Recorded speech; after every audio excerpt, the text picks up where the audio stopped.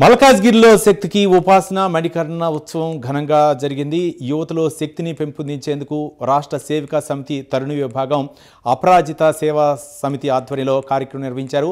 మహిళలు చిన్నారులు ప్రదర్శనలో అలరించాయి. ఆనాటి ఝాన్సీ రాణి వీరత్వాన్ని శౌర్యాన్ని ప్రదర్శించారు. కార్యక్రమానికి ముఖ్య వక్తగా డాక్టర్ శిల్పా దీదీ వ్యవహరించారు. కార్యక్రమంలో భాస్కర లక్ష్మి, డాక్టర్ కాంచనా దీదీ పాల్గొన్నారు. వేద పురాణాల్లోని సారాంశాన్ని యువత తెలుసుకునే అవసరం ఉందన్నారు శిల్పా దీదీ. నేటి ఈ తరుణీ శక్తియే భావితరానికి ఆదర్శమన్నారు. సంపూర్ణ వందే మాతరంతో ఈ ఉత్సవం విజయవంతమైందన్నారు శిల్పా దీదీ.